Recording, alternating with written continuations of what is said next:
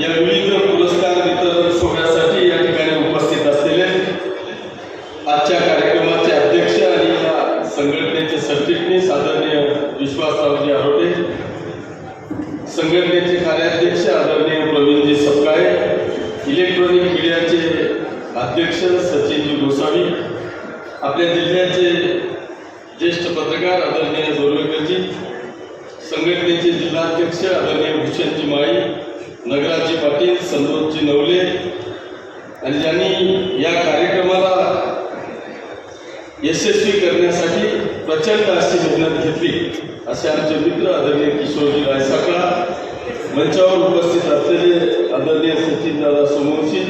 आपल्या पत्रकार संघाचे सर्व सन्माननीय पदाधिकारी, सर्व सन्माननीय व्यासपीठ आणि समोर उपस्थित असलेले सर्व पुरस्कारार्थी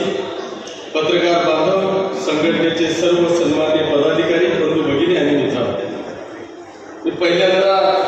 आपली दिलगिरी व्यक्त करतो की आजच्या या कार्यक्रमाला प्रचंड असा उशीर झाला. खरं म्हणजे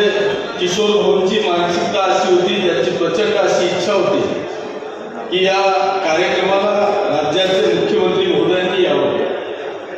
परंतु आपण पाहताय की संपूर्ण महाराष्ट्रामध्ये काहीही घटना घडली तर ती मुख्यमंत्र्यांनी घडवली अशा पद्धतीचा आव सचिनदादा या महाराष्ट्रामध्ये विरोधी पक्ष करतात आणि त्याच्यामुळे प्रचंड अशी धावपळ संपूर्ण महाराष्ट्रामध्ये राज्याचे मुख्यमंत्री अतिशय संवेदनशील आहे आणि ती संवेदनशीलता दाखवण्याचं काम आपण सगळेजण माननीय मुख्यमंत्री महोदयांचं पाहतायत आणि म्हणून या धावपळीमध्ये मी स्वतः किशोर भाऊंच्या सोबत जळगावच्या कार्यक्रमामध्ये आमंत्रण दिलं, त्यांनी आमंत्रण स्वीकारलं. शेवटी आजचा प्रयत्न असा होता की निदान डॉक्टर श्रीकांत शिंदे साहेब आज अचानक 29 तारखेचा प्रोग्राम त्यांचा जळगाव सगळ्या विधानसभांचा आढावा त्यांना घ्यायचा होता. त्या निमित्तानं मला असं वाटलं होतं की जर त्यांना इथून धुळ्याला जायचं आहे तर बायकाच जाणार असाल तर मग वाया पाचोरा जातील आणि 10 मिनिटं आपल्या सगळ्यांना भेटतील अशी माझी देखील इच्छा होती. परंतु त्यांचं होतं हेलिकॉप्टर आणि ते डायरेक्ट धुळ्याला गेल्यामुळे ते इकडे येऊ शकले नाही. त्याच्यामुळे निश्चितपणे मी प्रयत्न केला पण त्या प्रयत्नाला आपल्याला यश आलं नाही. परंतु त्यांनी आपल्या या कार्यक्रमासाठी मनापासून शुभेच्छा दिलेल्या आहेत. मी आज आरोटे साहेबांनी काही गोष्टी त्यांच्या भाषणातून सांगितल्या की जवळपास 2,500 किलोमीटरचा प्रवास हा त्यांनी पत्रकार संवाद यात्रेच्या माध्यमातून त्या ठिकाणी केला आणि त्याची सांगता मला वाटतं 20 का 21 तारखेला काहीतरी 20 तारखेला YCM मध्ये त्या ठिकाणी सांगता झाली. माननीय मुख्यमंत्री महोदयांनी, दोघेही उपमुख्यमंत्री महोदयांनी या पत्रकारांच्या सांगतासाठी, या सगळ्या तुमच्या समस्या ऐकून घेण्याच्यासाठी त्या ठिकाणी महत्वाच्या मंत्री महोदयांना त्या ठिकाणी पाठवलं. आपले सगळे विषय त्यांनी समजून घेतले.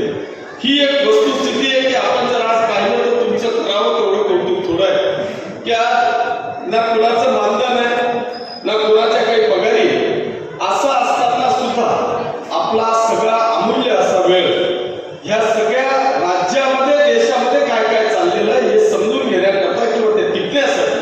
आपला अमूल्य असा वेळ आपण आपला संपूर्ण परिवार बाजूला ठेवून त्या ठिकाणी आपण देतो हे निश्चितपणे कौतुकास्पद आहे. आणि म्हणून आपल्या ह्या ज्या काही मागण्या ह्या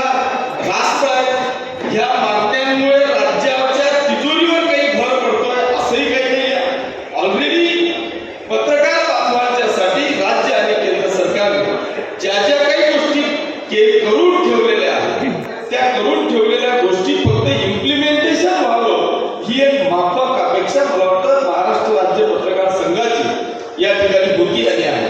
मला खात्री आहे की आजपर्यंत मी देखील 25 वर्ष साहेब, तुम्ही आता 25-30 वर्ष संपादक आहात, मी 25 वर्ष झाले आमदार म्हणजे राजकारणामध्ये आहे, पण मी या 25 वर्षामध्ये माझ्या नेता आहे म्हणून नाही पण इतका संवेदनशील नेता आणि इतका कर्तव्यदक्ष मुख्यमंत्री मी तरी माझ्या जीवनामध्ये पाहिला नाही. आज जर का आपण पाहिलं तर हे ठीक आहे, जो काही आपल्या मूलभूत गरजा आहेत, रस्ता आहे, पाणी आहे, गटार आहे, लाईट आहे, ह्या सगळ्या गोष्टींवर आम्ही राजकारण करू शकतो किंवा या सगळ्या गोष्टी आम्ही मागतो. पण व्यक्तिगत लाभाच्या ज्या काही योजना आहेत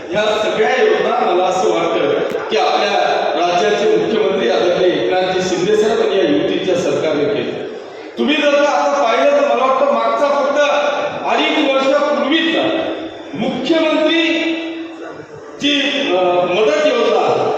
त्या मदतीचा जर का तुम्ही आकडा पाहिला तर मला वाटतं 40 करोड रुपयाच्या पुढे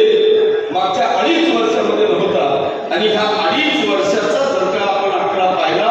मुख्यमंत्री सहायता निधीचा, तर जवळपास 250 ते 300 करोड रुपये फक्त या 2.5 वर्षामध्ये गेला. नुसता तुम्ही पाचोरा तालुका आणि भडगाव तालुक्याचा आकडा पाहिला तर जवळपास 1.5 करोड रुपये मी या 2 वर्षामध्ये मुख्यमंत्री सहायता निधीमधून त्या ठिकाणी गोरगरीब लोकांना देण्याचा प्रयत्न केला. असे एक नाही अनेक विषय जर का आपण पाहिलं तर मला वाटतं आता फक्त मुख्यमंत्री लाडकी बहीण झाली, लाडका भाऊ झाला.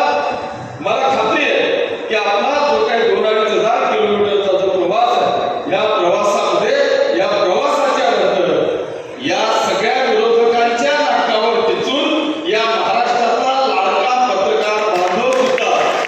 या ठिकाणी जाहीर होईल याची मला पूर्णपणे खात्री आहे. कारण